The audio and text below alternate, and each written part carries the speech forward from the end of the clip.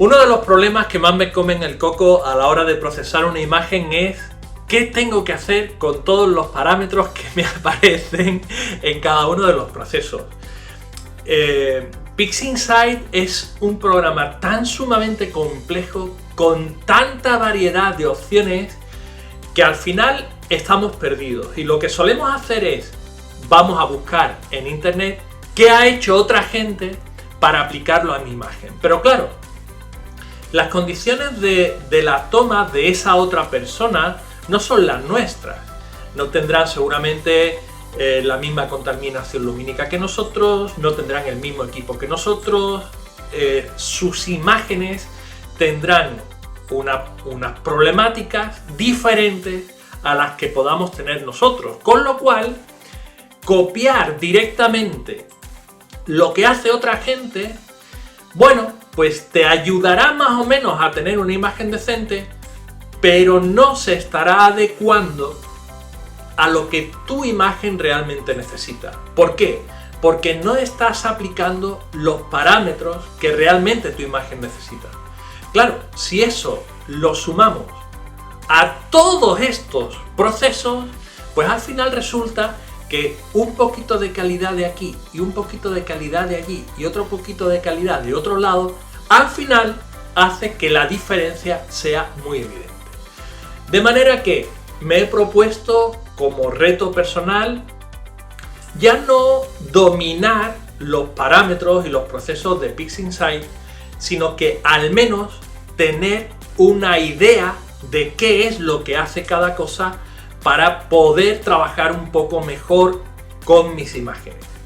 Voy a empezar este Piccionario, que es como lo he llamado, analizando los procesos que normalmente suelo utilizar, y después de eso pues pasaré a otros que completamente desconozco. Como digo, aquí hay infinidad de opciones, infinidad de procesos que no he utilizado nunca. No he utilizado nunca pues no sé, pues el estirado de sincronía de arco o algo así, supongo que será esto, no sé, es que no sé ni lo que es. O el estirado adaptativo, no sé qué es, no sé qué puede hacer por mi imagen. Pues me he propuesto conocer un poco mejor cada uno de los procesos de PixInsight. Bienvenidos al Piccionario.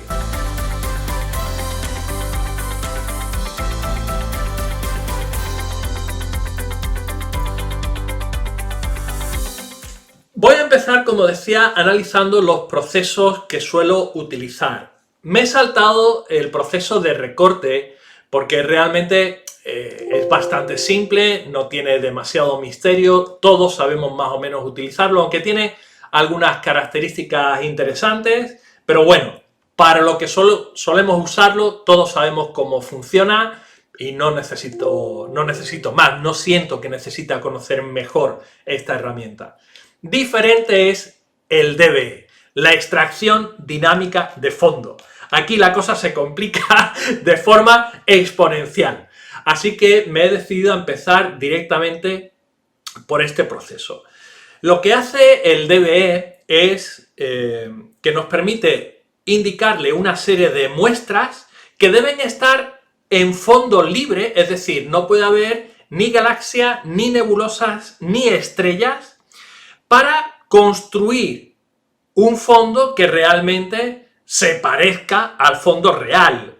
El propósito de este proceso es el de corregir una serie de señales que no deseamos que estén en la imagen, que están provocadas por normalmente la contaminación lumínica o por una diferencia en nuestro tren óptico, por ejemplo, entre el tamaño del sensor, el tamaño de los filtros, el tamaño de los tubos, etcétera, etcétera, etcétera. Normalmente el DBE se utiliza para dos problemáticas muy concretas, que son, por un lado, los gradientes, que es el ejemplo que tenemos en pantalla. Voy a hacer un ejemplo de gradiente con esta imagen de la nebulosa del corazón y la cabeza de pez. Y por otro lado, el viñeteo. También se puede usar el DVE para corregir otros defectos como pueden ser el amp glow que generan las cámaras de zubo, por ejemplo, ¿vale? Lo que se suele hacer con el DVE es usarlo con la imagen RGB ya montada, es decir, tomas son con cámara a color, pues ya directamente tu imagen te va a salir directamente con los canales montados. Si trabajas con una imagen monocroma, es habitual que la gente aplique el DVE a la imagen RGB ya montada, con los canales ya montados. Sin embargo, si aplicas el DVE a cada uno de los canales por separado, los resultados son bastante mejores. Y por supuesto, hay que tener en cuenta que el DVE funciona cuando la imagen aún es lineal, es decir, cuando todavía no hemos estirado el histograma. Bien, una vez sabemos para qué se utiliza y cuándo se utiliza el DVE, vamos a ir viendo cada uno de los elementos. Voy a empezar siempre analizando de arriba a abajo los diferentes procesos, así que empezamos por la sección de muestras. Ahora mismo no tenemos ninguna muestra, vamos a generar algunas para que nos aparezcan las diferentes opciones que podemos tener aquí. No me preocupo ahora de si cogen estrellas o no cogen estrellas, simplemente como ejemplo. Esta primera casilla nos indica el número de muestra que tenemos seleccionada. Esta es la muestra número 1. Aquí podemos ir pasando a la número 2, la número 3, la número 4 y así sucesivamente, ¿vale? Ahora la número 5, que es esta que tenemos aquí abajo, ¿vale? Si vamos hacia atrás, pues vamos viendo cómo va cogiendo muestras distintas. Esta que se encuentra aquí justo en la mitad del eje horizontal, en el extremo izquierdo, pues sería la muestra número 1, ¿vale? Nos indica a continuación los ejes X e Y en los que se encuentra esa imagen. Si nosotros acercamos esta imagen, lo que nos está indicando este número y este otro es el píxel del eje X y el píxel del eje Y en el que se encuentra el centro de esta muestra, ¿vale? Y nos indica también el radio, en este caso está tomando 5 píxeles. Además está la mitad, está cogiendo esta estrella que está aquí, esta muestra no nos serviría absolutamente para nada. Justo debajo tenemos los valores RGB. Estos son los valores de la muestra RGB actual. Podemos hacer clic aquí en esta opción de Fixed, de fijar. Esto se activa para forzar un valor constante de estos valores en la muestra DVE actual, ¿vale? Esto se usa para las medianas con los valores de muestra de píxeles para cada canal de imagen, etc. Con lo cual, bueno, en mi caso no lo voy a usar. Y en la parte inferior tenemos el peso que tiene en esta imagen el rojo, el verde y el azul. Evidentemente en esta imagen el rojo tiene mucho peso porque hay muchos píxeles rojos, se ve claramente. El verde tiene bastante menos y el azul menos aún, ¿vale? Si esta muestra la movemos, fijaros cómo se han igualado el peso de cada uno de los canales. Si la traemos aquí, fijaros cómo el rojo gana. Fijaros cómo el rojo gana por goleada al resto, ¿vale? Vamos a dejarla más o menos donde estaba, que era aquí, cogiendo parte de esta estrella. Luego una parte muy interesante de este apartado son las simetrías.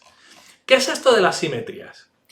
Las simetrías nos permiten usar comportamientos simétricos de las muestras, de forma horizontal, vertical o incluso en diagonal. Esto es sobre todo útil cuando tenemos una imagen con viñeteo donde hay una zona que nos interesa tener alguna muestra, pero no podemos porque hay una galaxia o una parte de una nebulosa, etcétera, justo en esa zona, y por tanto no podemos coger una muestra de ahí. Lo que hacemos entonces sería, vamos a eliminar todas las muestras que hay aquí.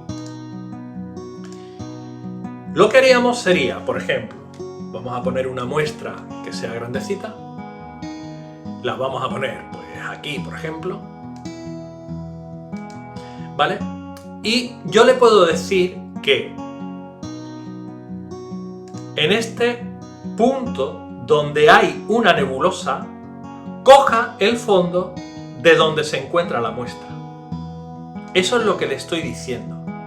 De manera que, aunque aquí no pueda poner una muestra, sí puedo decirle a esta parte de mi imagen que coja la muestra de fondo de aquí.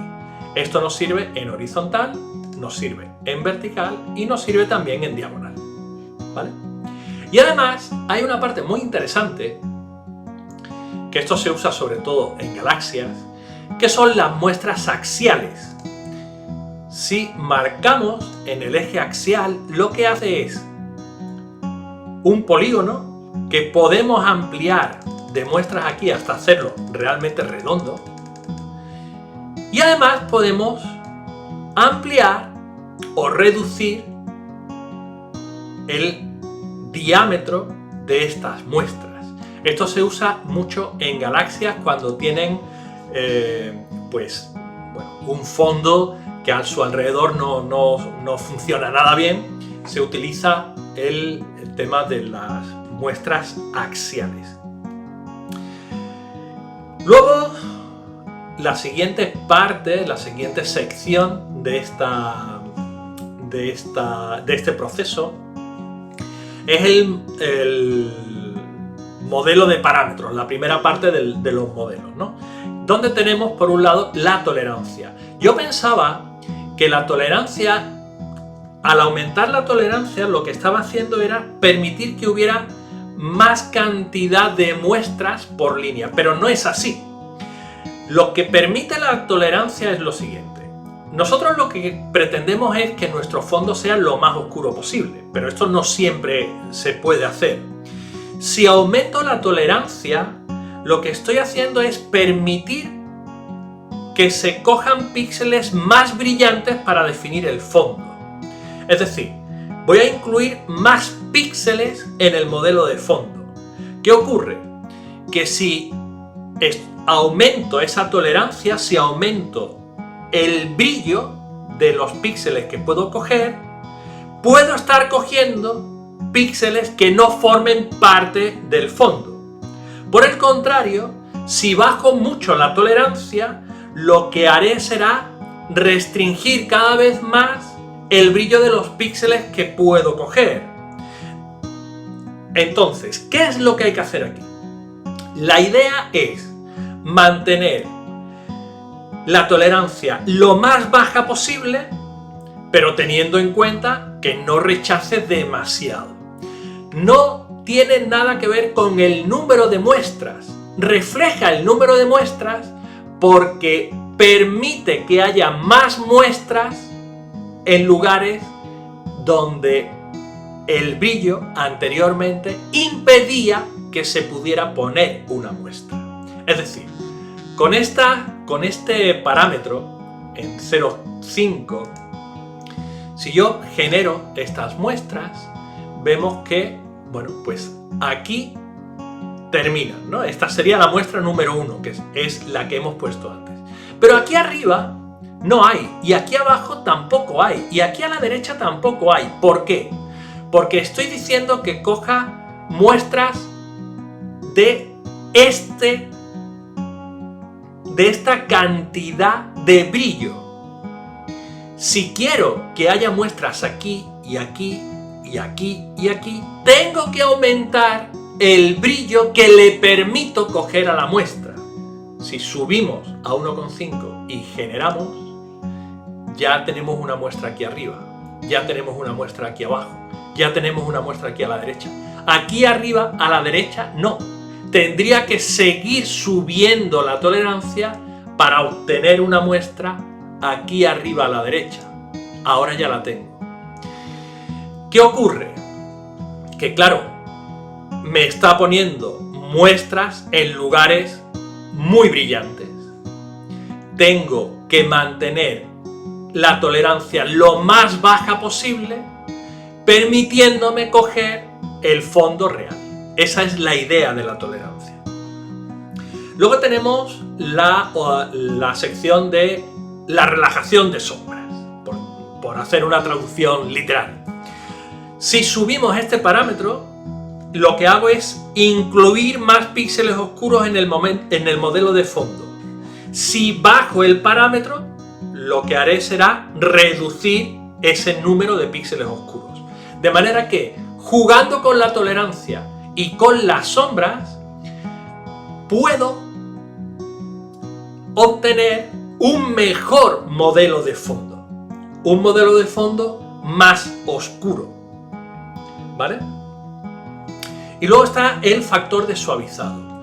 Si nos acercamos a cualquiera de las muestras, por ejemplo a esta de aquí, vamos a traernosla a este punto. Si el factor de suavizado fuera 0, significaría que la muestra se va a reducir al límite de la casilla. No va a coger nada más de ahí. Se aconseja difuminar un poco esa muestra, ¿vale? Es recomendable usar muestras un poquito suavizadas. De hecho, ya por defecto aparece en 0,250. Luego tenemos esta casilla aquí que marca sin peso. Si la imagen tiene un gradiente muy bestia, muy salvaje, cambiar el peso de las muestras puede ser necesario. Lo que se puede hacer en estos casos es definir algunas muestras concretas situadas estratégicamente, pero esto solamente se hace en casos muy extremos y siempre sabiendo lo que hace. Es decir, que vas a tener que practicar mucho con esto del muestra sin peso para realmente poder extraer un modelo de fondo que te funcione. Siguiente apartado. Tenemos por un lado el centro de simetría X y el centro de simetría Y. ¿Qué es esto? Esto es este eje de las dos líneas que tenemos aquí. Si yo cambio este dato, si yo cambio esta numeración, fijaros lo que pasa. Me he llevado el eje a la izquierda. ¿Por qué? ¿Para qué me puede servir esto? Esto me sirve para los ejes de simetría de aquí. A lo mejor resulta que necesito hacer una simetría que donde está situada por defecto no me sirve, porque el problema lo tengo en esta zona. Pues muevo el eje de simetría y entonces ahora aquí pues le digo, por ejemplo, a esta muestra, oye mira, ahora hazme una diagonal. Y me genera la diagonal con respecto a este eje de simetría. ¿Vale? Es súper interesante este tema. Vamos a volver a dejarlo como estaba por defecto.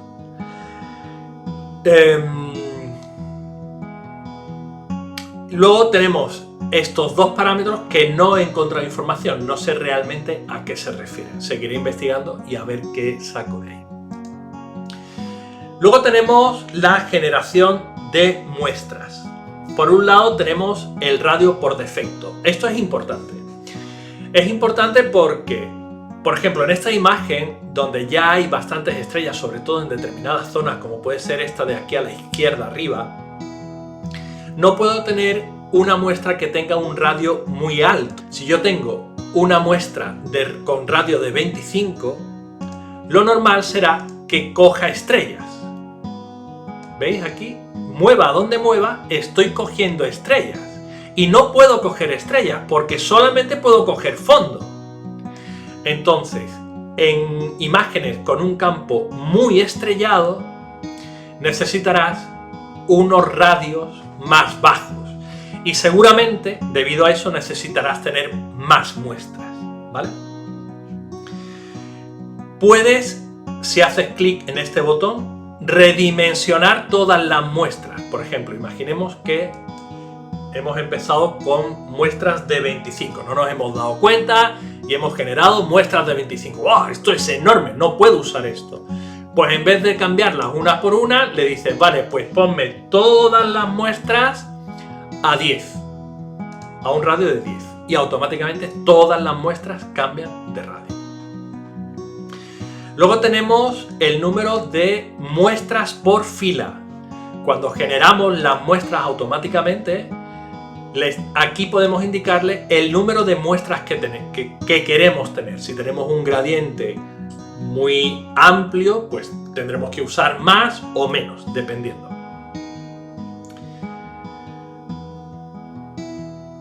Tenemos también el peso mínimo de cada muestra. Esto lo usa el algoritmo para definir cuál va a ser el modelo de fondo. Yo en principio lo dejo por defecto y ya está. Y puedes cambiar el color de las muestras. Por ejemplo, aquí el gris no se ve muy bien. Bueno, pues vamos a ponerlas, por ejemplo, yo qué sé.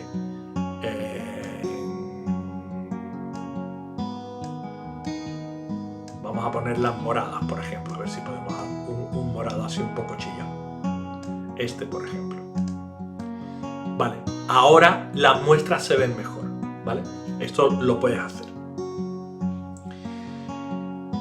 El siguiente apartado es el modelo de imagen.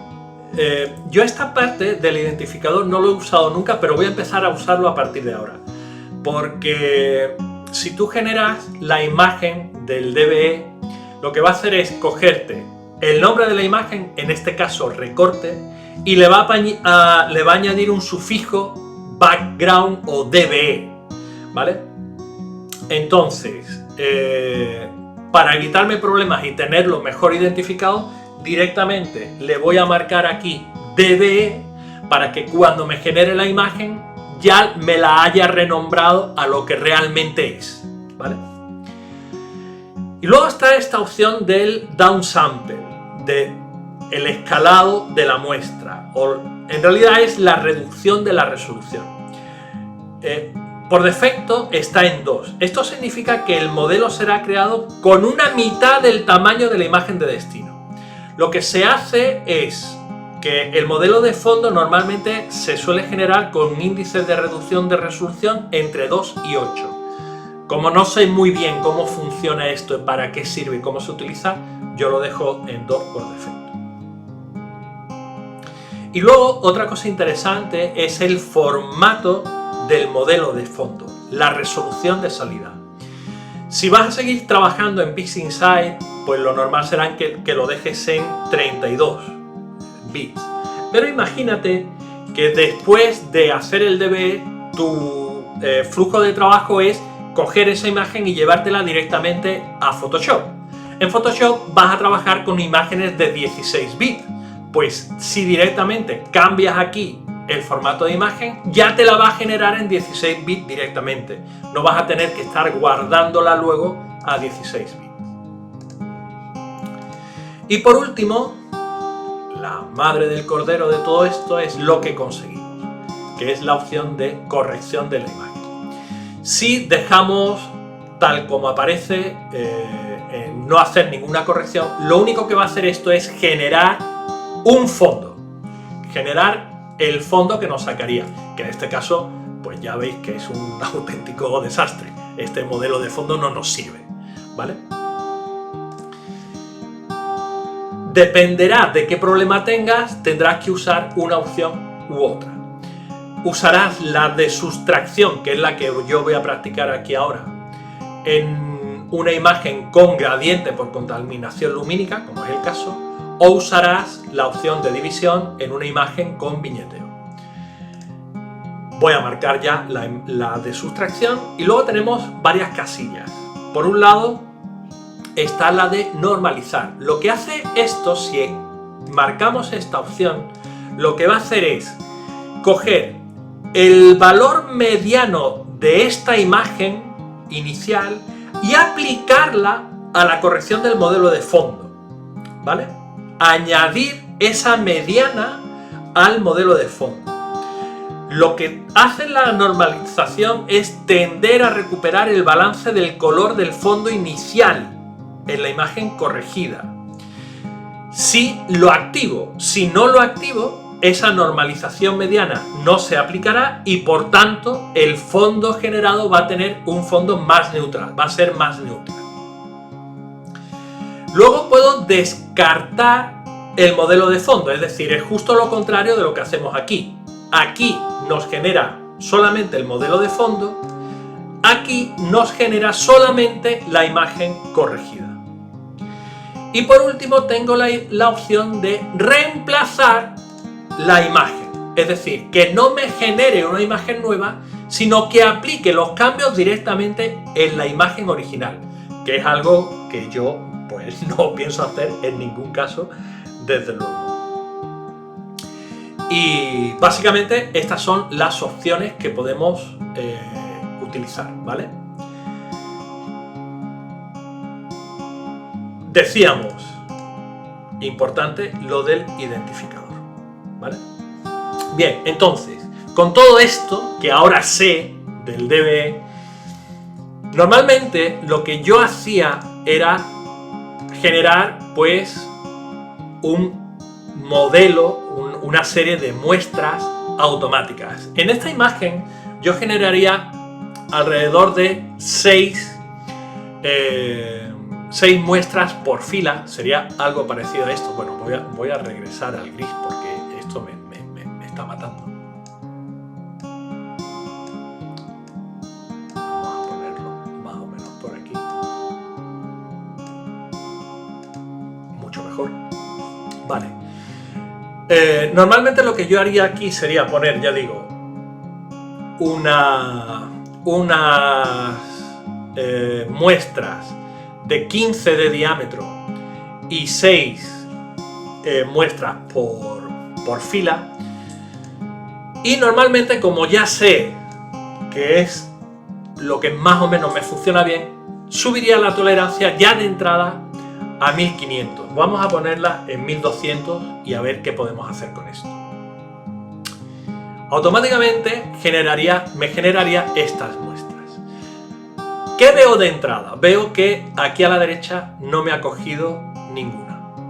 No tengo muestras aquí a la derecha, con lo cual el gradiente no me lo va a solucionar bien. Necesito tener muestras aquí. ¿Qué debo hacer si quiero seguir trabajando con muestras automáticas? Aumentar la tolerancia, no me queda otra. Aquí ya sí las ha cogido. Vale, a continuación, pues eliminaría las muestras que están directamente sobre nebulosa, que son todas estas. Esta también iría fuera, esa también iría fuera, esta también, esa también y esa también. Esta también y esa también, por supuesto. Y más o menos me quedaría con esto, ¿vale? Pegaría un vistazo rápido a cada una de las muestras para que ninguna me coja estrellas dentro de lo posible.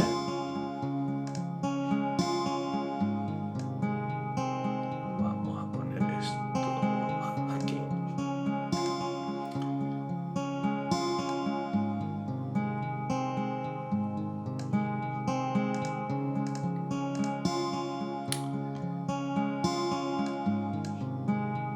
Es importante que no cojan ninguna estrella.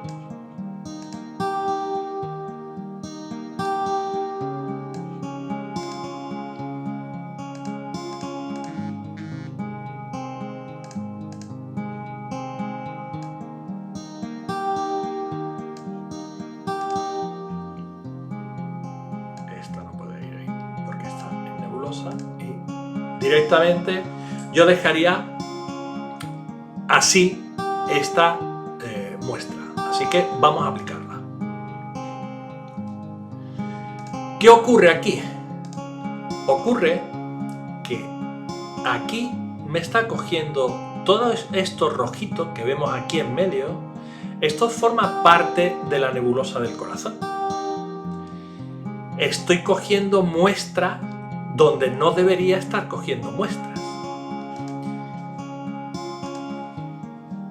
El fondo aparentemente está medio bien, pero realmente estoy cogiendo muestras donde no debería. Entonces, después de saber lo que sé, lo que yo haría sería una extracción de fondo ciertamente diferente.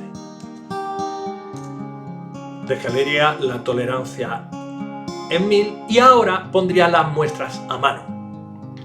Pondría una muestra aquí, pondría otra muestra más o menos por aquí, otra aquí, otra aquí en medio, pondría otra por aquí,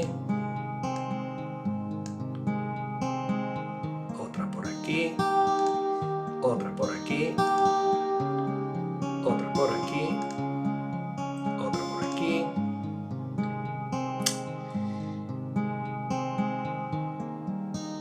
Y pruebo con esto.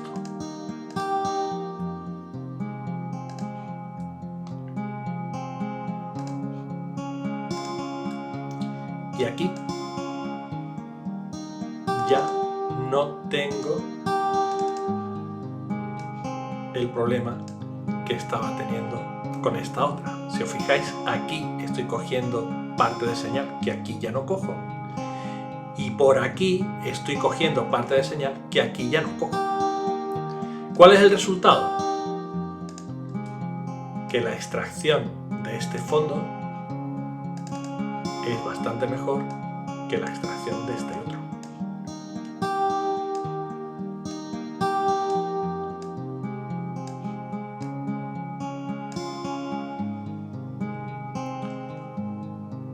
Y se ve claramente.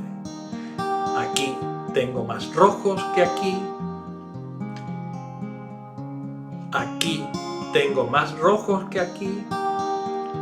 Y toda la extracción es bastante mejor. Pero es que además, este que es el nuevo, el gradiente es mucho más suave que este otro de aquí. Con lo cual me quedaría con esta extracción de fondo. Seguramente es mejorable. Seguramente es mejorable. Si jugara mejor con la relajación de sombras o con los con el radio de las muestras, que vamos a hacer ahora una prueba, pues probablemente tuviera mejor resultado. Vamos a comprobarlo. Vamos a poner todas las muestras en 15, por ejemplo. Vamos a comprobar que ninguna de ellas coja estrellas. Esa de entrada ya me está cogiendo alguna ahí.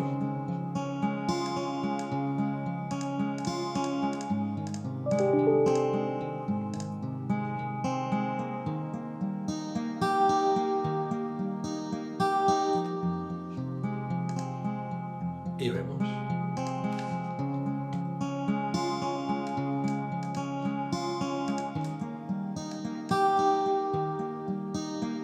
Este es el que habíamos sacado previamente y este es el nuevo. Y el gradiente es todavía más suave en el nuevo que en el anterior. Y además es más marcado. Está extrayendo mucho mejor. Sobre todo, fíjate en la esquina superior derecha, que aquí extrae mucho más que en este lado. También en la esquina inferior izquierda. ¿Vale? ¿Por qué? Porque el radio de la muestra es más grande y por tanto obtienen más cantidad de datos. Y el resultado es esta extracción de fondo, que si volvemos a compararla con la anterior,